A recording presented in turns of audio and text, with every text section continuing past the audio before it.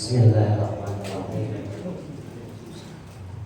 Assalamualaikum warahmatullahi wabarakatuh. Waalaikumsalam warahmatullahi wabarakatuh. Alhamdulillahilladzi arsala rasulahu bil huda wa dinil haqq liyuzhirahu 'ala dini kulli wa kafaa billahi shahidan. Asyhadu an la ilaha illallah wahdahu la syarika lah wa asyhadu anna Muhammadan abduhu wa rasuluhu la nabiyya ba'dah. Allahumma shalli wa sallim ala sayyidina Muhammadin wa ala alihi wa ashabihi ajma'in. Rabbi shrah li sadri wa yassir li amri wahlul 'uqdatam min lisani yafqahu qawli. Amma ba'd. Hadirin wal hadirat, bapak-bapak, ibu-ibu jamaah Masjid Al-Kautsar, syukur alhamdulillah kita panjatkan kehadirat Allah Subhanahu wa taala karena sampai malam hari ini kita masih diberikan kesehatan sehingga kita bisa hadir dari rumah ke masjid pertama dalam rangka salat maghrib berjamaah. Dan insyaallah pada salat maghrib ini kita lanjutkan kembali dengan salah satu kewajiban kita, yakni thalabul ilmi. Bapak Ibu yang dimuliakan oleh Allah Subhanahu wa taala, malam ini kita lanjutkan kembali kajian kita dan kita memasuki ayat yang ke-28. Ya. Ayat 28 dari surat Al-Baqarah. Silakan dilihat Al-Qur'annya. Kaifa ya, kaifa, panggil kaifa. Ayat 28 surat Al-Baqarah. A'udzu billahi minasy syaithanir rajim. A'udzu billahi minasy syaithanir rajim. Bismillahirrahmanirrahim.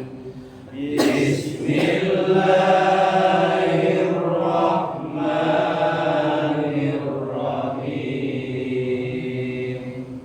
Kaifa takfuruna billahi wa kuntum amwatan fa ahyaakum. Kaifa takfuruna billahi wa kuntum amwatan wa ahyaakum. Summa yumitukum summa yuhyikum summa ilaihi turja'un. Summa yumitukum summa yuhyikum summa ilaihi turja'un. Huwallazi khalaqa lakum ma fil ardi jami'an. Huwallazi khalaqa lakum ma fil ardi jami'an. Summa stawa ilas samai fasawwahunna sab'a samawat. Summa stawa ilas samai fasawwahunna sab'a samawat. Wa huwa bikulli syai'in alim. Wa huwa bikulli syai'in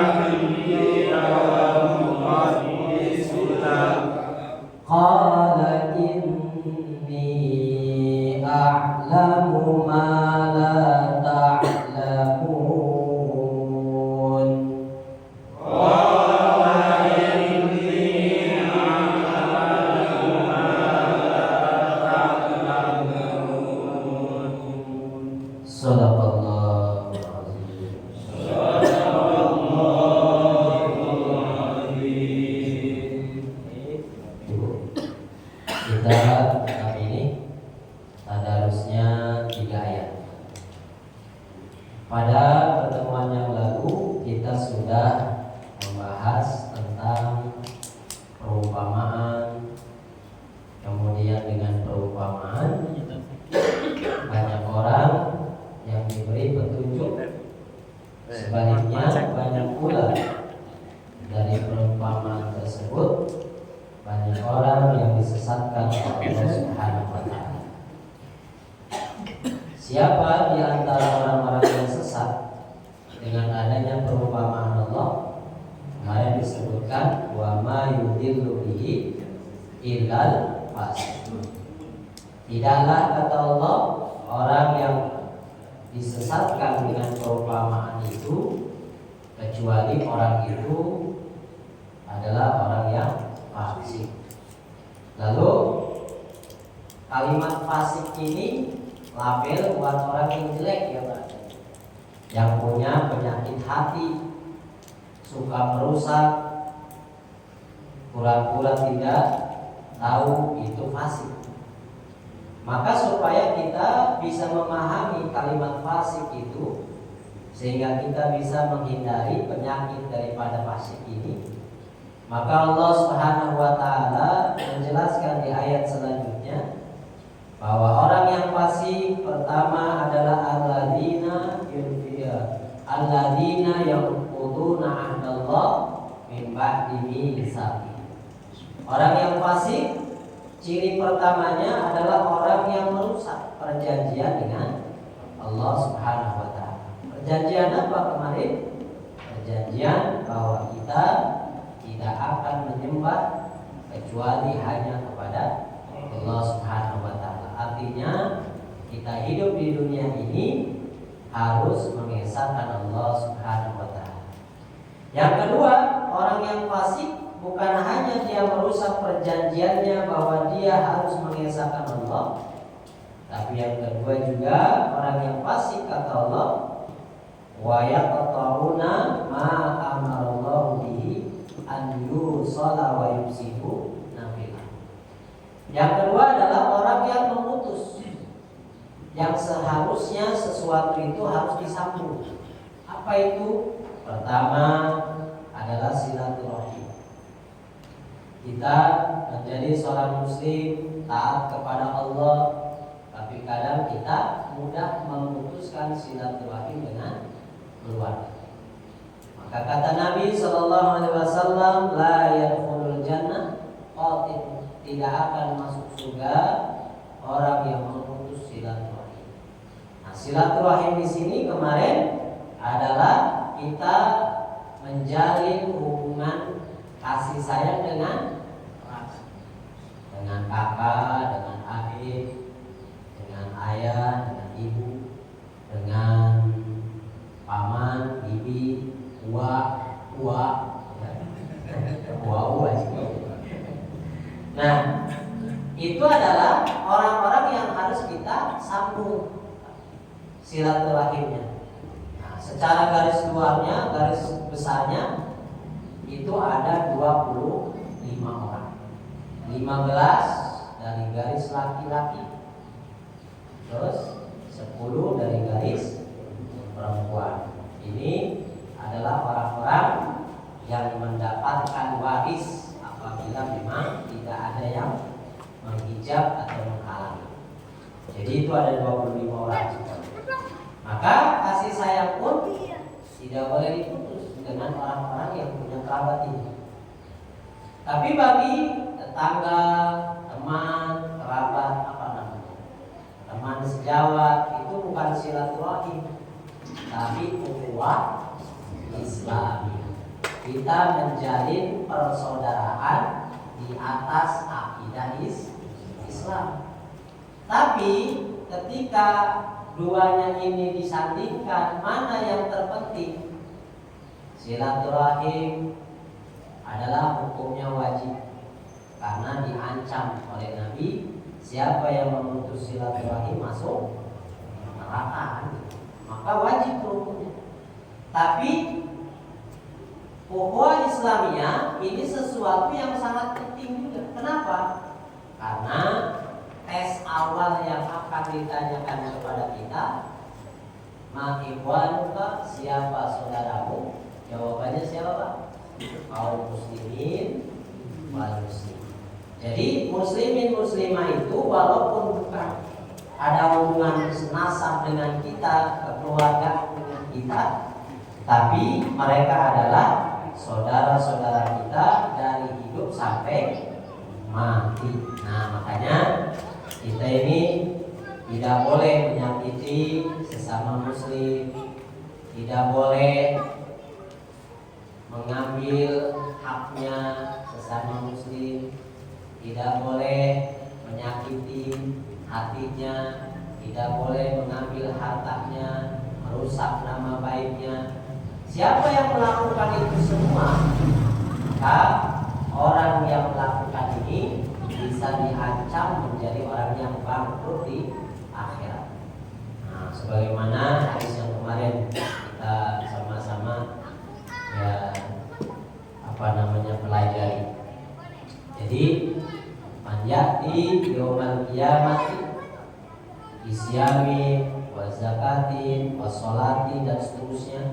Tapi orang ini qad syatama hadza wa qadafa hadza wa akala mala hadza wa safaka dama hadza wa daraba. Saking banyaknya tuh dosa-dosa, syatama, mencaci maki orang lain, ya, memukul, dorok, safaka dama sampai mengalirkan darah, kemudian memakan harta orang lain, itu tidak akan hilang dosa tersebut sampai kita harus membayarnya di Kontoro.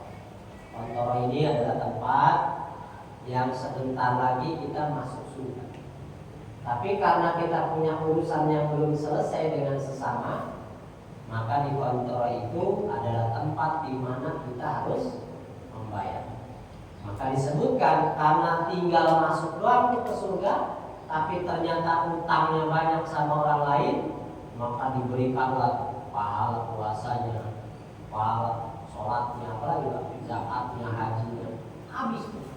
Saking habisnya, jadilah dia menjadi orang yang bangkrut. Maka kata Nabi, "Faturi hafidna," orang itu dilempar lagi ke belakang. Kemana neraka? Jadi besok benar itu Pak ya. Nah, makanya kita itu dalam urusan di masyarakat, ya, pertama kita jalin hubungan silaturahim dengan keluarga kita. Yang kedua, kita harus menjalin hubungan persaudaraan dengan sesama kaum muslimin atau muslim. Yang ketiga, orang yang fasik adalah yang perlu kita jauhi sifatnya wa yufsiduna fil ardh. Orang ini suka merusak muka bumi. Muka bumi sudah bagus, rapi, dirusak sama kita. Ya. Tadinya banyak pohon kita tebang. Nanam enggak, tebang iya. Nah, ini bahaya nih. Harusnya kalau kita nebang pohon berarti kita juga menanam biar tidak hilang. Nah, kita mau ya solokan kali itu sehingga kekayaan alam itu kadang tidak dirasakan oleh generasi selanjutnya. Jangankan merasakan Pak, melihat saja kadang enggak. Coba aja Bapak. Kalau dulu Bapak kalau main di itu tuh solokan, bukan solokan, kali ini Sorabika. Dulu mau benih Pak ya? Katanya benih. Di situ bisa mancing ikannya kayak emas. Namanya endet. Nah, coba tanyain sama anak-anak yang 90-an sekarang. Tahu endet enggak? Tahu hantu endet. Ya. Lele kuning gitu. Lelenya warna kuning, bukan lele ngambang ya. Ya, itu endet. Itu hanya orang-orang dulu yang tahu, tapi anak-anak sekarang tidak. Hampir-hampir anak sekarang belum tahu yang namanya ikan betok. Kalau kita dulu luar biasa ikan betok ya.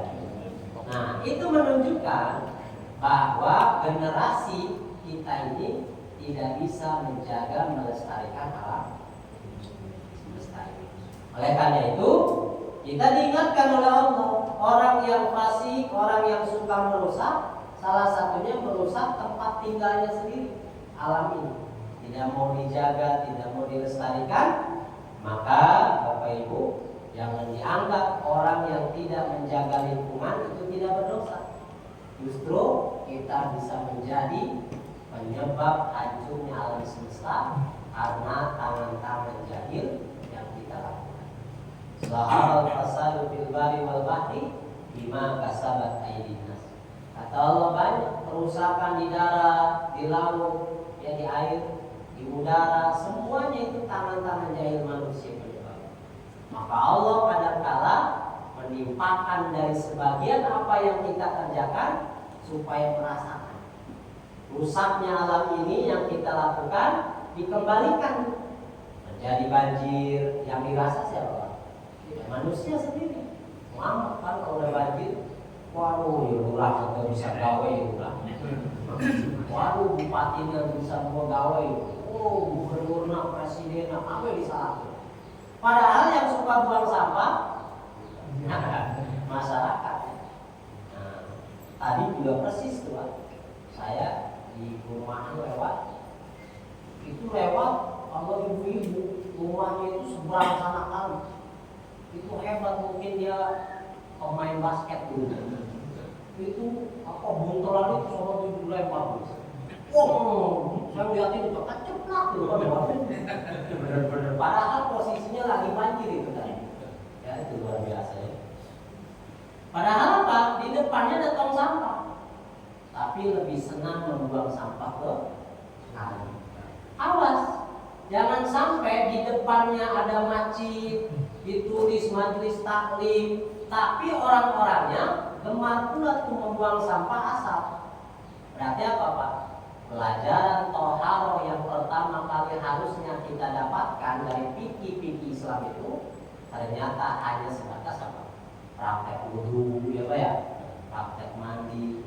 Padahal toharo itu bukan cuma wudu, mandi, tayamum dan lain sebagainya, tapi toharo itu menyangkut kebersihan diri kita, hati kita, lingkungan semua tempat kita. Itu adalah pelajaran dari toharo. Makanya jangan sampai ya orang bilang membandingkan dengan kaum-kaum yang lain. Ada juga orang yang sampai mengatakan, ya ngapain saya beragama Islam, tuh di Jepang gak beragama juga bersih-bersih, jadi saya gak usah Islam lah. Katanya di Islam itu jorok-jorok. Jangan salahkan Islamnya, salahkan orangnya yang gak paham ajaran Islam yang sesungguhnya. Maka disinilah kata Allah, orang yang fasik adalah orang yang suka merusak di muka bumi. Maka orang itu akan menjadi orang-orang yang merugi. Kemudian di ayat selanjutnya, ayat 28, kata Allah Subhanahu wa taala, kaifa takfuruna billahi wa kuntum amwatan. Kenapa kalian berbuat kafir kepada Allah sedangkan kamu dahulunya adalah amwat. Amwat itu apa? Mati. Kita ini Bapak Ibu, kalau kita pahami betul nih ayat-ayat kita yang ada dalam diri kita, kita ini memang betul bahwa dulunya kita itu mati. Dari tidak ada menjadi ada. Kalau bahasanya mah dari setetes air mani, kemudian menjelma jadi orok, terus lahir jadi budak. Budak cerewetnya. Nah, budak cerewet. Tapi kalau oroknya orang tempat saya di sono pandai langsung orang pandai kita orang mana kita cina orang pandai ya. Nah, ya. Jadi dulunya kita itu adalah sesuatu yang tidak ada, dari saripati tanah, kemudian menjadi nukta, ditumpahkan ke rahim. Kemudian dari situlah kita diproses oleh Allah, dijadikan sebagai apa? Alaqah, darah yang bergumpal, yang ditempelkan di tempat yang sangat kuat itu. Setelah 40 kali 3, 4 bulan jadinya, maka kemudian darah itu janin. Setelah jadi janin, ada telinganya, ada matanya, ada tangannya, ada kakinya, semua sudah komplit, ditiupkan dahulu. Maka mulai itu janin di perut itu, kalau sudah umurnya 4 bulan menurut Al-Quran, surat Al-Mu'minun, di Quran surat Al-Mu'minun itu ayat 12 sampai 16 dijelaskan. Ya. Itu kalau sudah 4 bulan mulai utak-utakan tuh di perut, mulai gerak-gerak gitu kan, semakin gede, semakin gede, semakin gede, luar biasa. Itu napasnya dari mana gitu ya.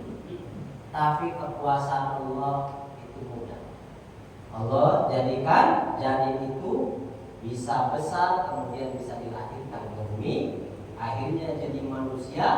Tapi kata Allah, kebanyakan manusia ini menjadi pembangkang yang sangat keras kepada Allah Subhanahu wa Ta'ala. Nah, ini pelajaran hidup. Makanya kata Allah, hai manusia, seakan-akan kenapa kamu dihidupkan oleh Allah yang dulunya kamu mati, lalu setelah kamu punya kekuatan, punya kuasa, punya tenaga, punya pikiran, punya fasilitas yang dipakai dalam hidup ini, lalu kamu menjadi orang yang kufur kepada Allah Subhanahu wa Ta'ala.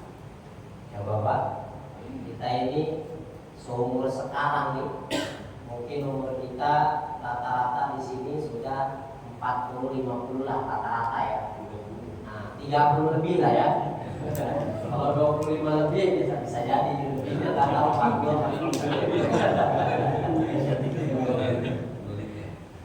Kita ini dari kecil kita diproses, ya, makan nggak bisa, dibantu sama orang tua terus sampai jadi anak-anak lucu, jadi remaja, ya. Nah, sampai tua kita cek bapak-bapak. Kita ini mulai mau mendekati masjid, mulai kenal dengan kiblat, mulai kenal dengan Al-Quran, mulai kenal dengan agama. Kira-kira nih baru berapa tahun nih?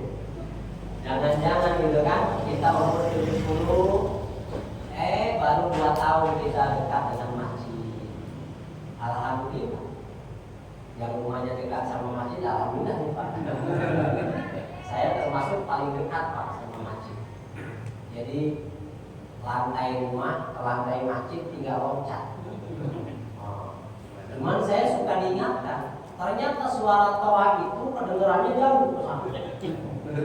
Kita kalau nggak siap-siap ya Pak, nggak bisa ya, nggak kedengeran itu azan itu.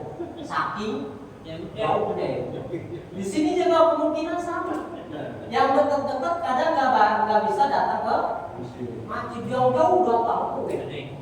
Paling deket mati kadenge, Pak jauh. Besok muanya harus bawa gini. Satu. Ya, itu. Jadi kita diingatkan sama Allah Bapak Ibu. Kenapa kamu menjadi kafir kepada Allah sedangkan dulu kamu adalah sesuatu yang mati, yang dengan nikmat Allah, dengan karunia Allah, dengan rahmat Allah, kemudian Allah memilih kalian hidup di dunia ini. Kenapa dipilih Pak? Kakak saudara saya itu ada yang jadi dokter bedah kandungan. Kita kalau ngobrol nih Pak, itu proses janin itu gimana sih? Pak, kita tuh harus banyak bersyukur. Itu air yang ditembakin tuh cepet gitu kan, itu tuh berapa ribu gitu. Berebut telur. Andaikan itu yang air yang ditumpahkan itu semuanya jadi anak semua, berapa itu yang di perut? Tapi dengan izin Allah, kalau ada satu yang sudah tembus ke ovum itu, maka yang lainnya berguguran. Maka jarang manusia itu ya anaknya 4, jarang. Ada begitu 4, 8, 16 kan ada, tapi satu dunia itu berapa gitu kan. Dan memang kalau bukan dengan teknologi ya susah juga tuh. Kalau anaknya 16 gimana itu? Pasti kan mau tidak mau itu disesat dan sebagainya. Dan anaknya segede 60. Nah, artinya kita ini dari 1000, dari 2000, dari 10.000 mungkin yang ditumpahkan itu tuh, yang nembak itu. Kemudian kitalah yang dipilih oleh Allah untuk hidup di dunia. Jadi kita ini dulunya mati, tapi karena dikasih kesempatan hiduplah kita di dunia. Nah, hidupnya kita di dunia tidak dilepas sama Allah. Tapi apa? Dikasih mata, dikasih hidung, dikasih tangan, kaki, fasilitas hidup dikasih. Supaya apa? Supaya kita bisa menjalankan tugas kita sebagai seorang hamba, yakni beribadah kepada Allah Subhanahu wa Ta'ala. Bersyukur Pak. Kita ini kan dari kecil dikasih sehat lebih banyak ya Pak. Sehat tuh banyak, sakit paling 1 minggu, itu juga udah lama benar itu sakit 1 minggu Pak. Ya. Bertahun 1 tahun ini kita bisa cek Pak, hidup 1 tahun 360 hari itu berapa kali kita sakit, itu enggak sebanyak sehat. Nah, inilah kasih sayang Allah. Tapi kenapa kata Allah, kamu dihidupkan oleh Allah, dijaga, diberi rezeki, dikasih fasilitas hidup, kesehatan dan lain sebagainya, tapi kemudian kalian banyak yang kufur kepada Allah Subhanahu wa Ta'ala. Ini adalah celaan sebetulnya bagi kita yang punya akal, tapi kemudian tidak mau berpikir kita sebagai seorang hamba apa yang harus kita lakukan kepada Sang Pencipta. Nah ini dia. Kemudian summa yumitukum summa yuhyikum summa ilaihi turja'un. Coba kira-kira hidupnya berapa kali, matinya berapa kali nih Pak? Dahulu kamu mati, dihidupkan, dimatikan lagi, dihidupkan lagi, kemudian dikembalikan kepada Allah. Berarti menghadap Allah. Berarti berapa tuh hidupnya? 2 kali. Matinya 2 kali. Mati pertama hidup, lahir di dunia. Setelah hidup mati deui, dihidupkan lagi nanti di akhirat. Jadi mati hidup, mati hidup, baru kita berkumpul di hadapan Allah Subhanahu wa Ta'ala. Summalatus aluna yauma idin anin. Semua nih kita waktu hidup ini yang kita pakai ini, nikmat ini, awas Pak, akan dimintai pertanggungjawaban. Bapak pakai listrik, bayar Pak? Bapak mau berobat, jangankan di rumah sakit umum, di rumah sakit keluarga kita aja bayar. Luar biasa. Naik mobil sama sahabat juga bayar. Ada sahabat bayar. Nah, kita hidup bisa napas, nggak pernah tuh napasnya berhenti. Kalau berhenti 5 menit aja, nggak koma kita kan? Ya, luar biasa. Jantung kita terus memompa darah. Paru-paru kita terus bekerja keras. Menyaring racun. Apalagi itu yang paling bawah itu ginjal. Saya kalau lihat video kesehatan itu ngeri saya. Lihat ginjal segede itu kerjanya nggak pernah berhenti. Maka kalau kita bisa melihat ke situ Pak, nikmat-nikmat Allah yang diberikan kepada kita, maka jangankan kita mau ukur nikmat, kalau kita paham tuh ya, kita bakal menjaga semua fasilitas yang Allah berikan kepada kita. Makanya ada kalau kita lihat ginjal itu, kalau mau minum obat-obat nyeri, ingat ginjal saya nanti kata dokter katanya berat kan. Kalau mau minum ini, wah jangan. Kenapa? Nanti ginjalnya berat. Ujung-ujungnya makan enggak minum baik. Nah, baik. Nah, Artinya apa? Kata Allah, dulu kamu mati dihidupkan. Di dunia ini kita bisa hidup sampai batas waktu yang ditentukan oleh Allah. Kemudian jangan lupa, enaknya hidup di dunia hanya sementara, sementahun, sementahun kan? Berapa tahun hidup? Ya, ada yang 30 tahun mati, itu juga masih aduh, orang pae. Padahal 30 tahun itu Pak. Ada 40 tahun mati, aduh, anak lalu kene 40 tahun padahal. Ada 50, 60, 70, banyak sekali. Makanya kata Allah Subhanahu wa taala, orang beriman dengan orang kafir itu ada di mana salah satu yang membedakannya. Kalau orang beriman itu tidak pernah tenang hidup ini, bahwa kita selalu mengingat bahwa kita akan kembali kepada Allah. Ajal kita itu bakal datang. Jadi kita harus punya persiapan. Tapi kalau orang kafir, enggak. Yang dipersiapkan sama orang kafir itu ya dunia saja, kumpul sudah numpuk dianya mati. Bahkan kan kita prinsipnya gitu. Ayo Pak, nabung buat hari tua. Kapan diambilnya? Pas mati. Pas mati baru diambil. Padahal kita nggak ngerasain tabungan hari tua. Nah, karena apa? Tua belum bisa diambil. Kalau udah mati baru diambil. Siapa yang ambil? Ya orang lain. Nama kita, ya kita dan sebagainya. Nah, maka di sini kita ingatkan Bapak Ibu. Jadi kalau kita diberikan hidup di dunia ini, semuanya akan dimintai pertanggungjawaban.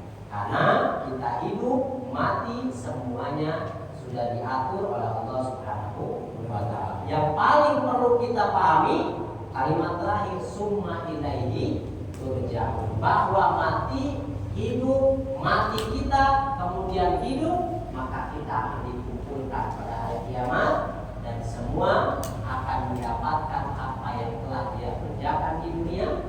Yang baik dia akan dapatkan kebaikannya, yang buruk akan mendapatkan keburukannya. Kama ya'mal misqala dzarratin khairan yarah wa may ya'mal misqala dzarratin syarran yarah. Itu ayatnya sedikit, tapi itu menyimpan pelajaran yang sangat besar bagi kita yang diberikan kesempatan hidup oleh Allah Subhanahu wa taala. Di situ. Kemudian kata Allah, "Wallazi khalaqalakum." Dialah Allah yang menciptakan bagi kamu apa yang diciptakan? Ma fil ardi jami'an, semua yang ada di bumi. Berarti apa? Selain manusia itu adalah diperuntukkan bagi manusia. Hewan dihidupkan oleh Allah supaya diperuntukkan bagi manusia. Bumi ini diciptakan juga buat manusia. Tumbuhan diciptakan oleh Allah juga untuk manusia. Semua yang ada di bumi ini, di muka bumi ini, itu Allah ciptakan supaya digunakan oleh manusia. Makanya manusia kalau paham segitu besarnya pemberian Allah Subhanahu wa taala kepada kita, maka tidak akan berani kita ini kufur nikmat. Tapi karena kita ini manusia itu digolongkan menjadi 3 golongan, beriman, ada yang kafir, ada yang munafik, ya. Maka yang beriman paham betul semua yang ada di muka bumi itu diperuntukkan bagi manusia supaya menunjang manusia itu bisa beribadah kepada Allah. Tapi kalau orang kafir, orang munafik itu tidak sampai ke arah. Tapi dia gunakan sebanyak-banyaknya apa yang dia dapatkan dari muka bumi ini tanpa dia berpikir bahwa ketika dia mati menghadap Allah itu semua akan dimintai pertanggungjawaban. Nah, di sini kita beda tentunya. Kalau yang sudah membaca Quran harus berbeda cara berpikirnya dengan orang yang tidak mengenal Quran. Orang yang mengenal Quran Itu juga kan 3 tahapan Bapak Ibu. Pertama, orang mengenal Al-Quran itu hanya sebatas penjelasan. Maka kalau mengenal Quran hanya sebatas penjelasan, siapa yang membaca Al-Quran 1 huruf akan mendapat 10 pahala atau kebaikan. Maka berlomba-lomba orang baca Quran, apalagi bulan Ramadan. Selesai Ramadan, istirahat dulu 11 bulan. Istirahatnya 11 bulan. Nanti bulan Ramadan baca lagi. 1 huruf 10 pahala. Ya. Oh, ini kalau dihitung berapa huruf banyak berapa? Bismillah aja berapa huruf? 19 huruf. Maka 190 pahala. Bismillahirrahmanirrahim. 190 pahala boleh dicepat. Tambah di alhamdulillah, tambah itu banyak. Itu tahapan pertama. Yang kedua, orang mengenal Quran itu dijadikan sebagai petunjuk. Nanti hanya dikaji, dipahami, dijadikan seminar, dijadikan kajian-kajian, tapi hanya sebatas apa? Pembendaharaan ilmu. Ada orang pintar ngomong Qurannya pintar, ngomong Arabnya pintar, dalilnya pintar, ya. Apalagi kalau udah ngadu dalil, nggak pernah kalah. Tapi kalau kalah, bahaya. Biasanya kalau banyak dalil habis dalil tinggal belum jadi naik. Ya, begitu ya. Jadi ada orang yang hanya sebatas memahami Quran itu sebatas apa tadi petunjuk, dijadikan ya ilmu-ilmu yang dipelajari. Akhirnya apa? Banyak ilmunya tapi tersendat. Nah, tapi ada juga yang memahami Al-Quran itu kemudian sampai kepada mau'izah. Mau'izah itu ya ketika dibaca kita dapat pahala, diteruskan dengan kita memahami makna-maknanya sampai ilmunya. Ilmu itu apa? Sesuatu yang bisa mengetahui sesuatu, sampai bisa paham tuh apa yang disampaikan dalam ayat. Kemudian setelah itu dijadikan mau'izah, dijadikan pelajaran hidup yang kemudian dengan kita mendapatkan pelajaran hidup di dalam Al-Quran, maka Quran akan berfungsi sebagai apa? Al-Qur'an. Al-Qur'an itu apa sih? Bisa membedakan mana yang baik, mana yang buruk. Di mana? Ya dalam hidup. Supaya terpenuhi. Ya. Oh, kita hidup nih, kalau kita membaca Quran, beda cara hidupnya. Ini yang haram, walaupun kayaknya manis tinggalkan. Ini yang halal, walaupun berat, capek, kerjakan. Kenapa? Di samping kita mendapatkan sesuatu tadi yang halal, kita untuk mendapatkannya adalah usaha, dan usaha itu akan dinilai oleh Allah Subhanahu wa Ta'ala. Maka kata Nabi Sallallahu Alaihi Wasallam, orang laki-laki suami yang kerja banting pulang, pergi pagi pulang, sore pulang, pergi sore pulang, banting pulang semuanya. Ya, kadang pulang kerja, pas mau tidur pinggang pada sakit, kepala sakit, tangan sakit, lengker lagi. Kata Nabi apa? Kalau ada orang yang begitu tuh kondisinya pada sakit karena kerja, maka setiap sakit yang dia derita karena bekerja untuk mencari harta yang halal itu sebagai apa? Bisa menggugurkan dosa. Luar biasa. Makanya kita ini jadi seorang muslim enak bener Pak. Kenapa? Karena semua aktivitas kita ini nuansanya ibadah. Nilainya ibadah. Yang penting kita jalani sesuai dengan niat yang ikhlas karena Allah, dan jadikan itu dimulai dengan nama Allah Subhanahu wa Ta'ala. Makanya kata Nabi, perbuatan-perbuatan yang bermanfaat yang tidak diawali dengan bismillah, maka tak terputus dari keberkahan. Maka kita membedakan nih orang Islam dengan noni. Aktivitas kita semua diawali dengan bismillah. Semuanya akan menjadi ibadah di sisi Allah Subhanahu wa Ta'ala. Kalau ibadah makdum apa? Ya, sholat juga maghrib paling berapa menit tadi bacanya 20 sama kuliah satu dulu. Mungkin bisa satu dulu. Ya, malam padahal kalau bisa bangun ya Pak ya. Bangun kayak gini doang kadang. Nah, itu sebentar kita ibadah maghrib. Tapi ibadah ghairul mahdhur seperti kita kerja pagi pergi itu ya. Kerja ada yang di pabrik, ada yang di sawah, ada yang di macam-macam tempatnya. Semua diawali dengan bismillah, niatkan karena Allah, maka aktivitas itu menjadi ibadah bagi seorang muslim. Itu luar biasa. Nah, makanya rugi kalau kita jadi seorang muslim itu ya tidak bertakarub kepada Allah Subhanahu wa taala. Nah, jadi kata Allah wallazi khalaqalakum ma fil ardi jami'an tsumma stawa ila sama fasawwahunna sab'a samawat. Setelah Allah menciptakan bumi, semua yang ada di atasnya, isinya itu yang diperuntukkan bagi manusia, maka kemudian Allah istawa tidak, berarti dimuta'adikan. Muta'adi itu berarti apa? Nah, kata kerjanya memerlukan objek. Jadi kalau bahasa kita ya, menuju kemana? Ila sama, fasawwahunna sab'a samawat. Jadi menyelesaikan penciptaan langit. Maka para ulama ya kalau ikhtilaf tentang masalah ini, kadang ikhtilafnya gini pertanyaannya. Bumi sama langit duluan mana diciptakan? Maka semua ada yang mengatakan duluan langit, ada yang duluan bumi. Tapi lebih banyak karena sesuai dengan isi ayat ini, pertama Allah menciptakan bumi, setelah itu ilasan baru menciptakan langit.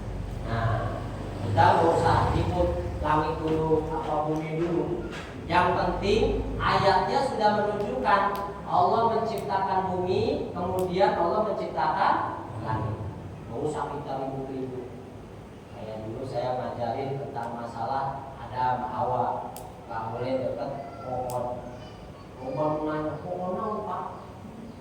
Pohon rambutan atau pohon beringin apa pohon apa? Jadi kalau mau pasir yang begitu kalau udah pohon ya pohon saja. Kita juga tahu itu pohon rambutan, pohon mangga, pohon berenuk juga kita nggak ada manfaatnya, kita tahu pohon. Tapi yang perlu dicari manfaatnya adalah bahwa itu adalah larangan Allah untuk tidak mendekati suatu pohon. Sama seperti ini ya. Jadi Allah menciptakan bumi baru langit. Kalau ada yang memperdebatkan ini itu udahlah. Pokoknya itulah kata Allah. Jadi sekarang yang kita hidup nih, buminya sudah ada, langitnya sudah ada. Yang perlu dipahami adanya bumi dan langit itu diperuntukkan bagi manusia. Kemarin sudah dibahas kan? Jadi dialah yang menciptakan bumi sebagai hamparan sehingga kita bisa jalan di bumi ini enggak miring-miring Pak. Coba kalau buminya bulat kayak gitu, bulat kayak bola, kayak globe gitu, kita jalan begitu ya miring-miring. Tapi kemudian Allah jadikan bumi ini, walaupun menurut saintis itu adalah bulat bumi ini, tapi yang kita rasakan bahwa bumi adalah seperti hamparan.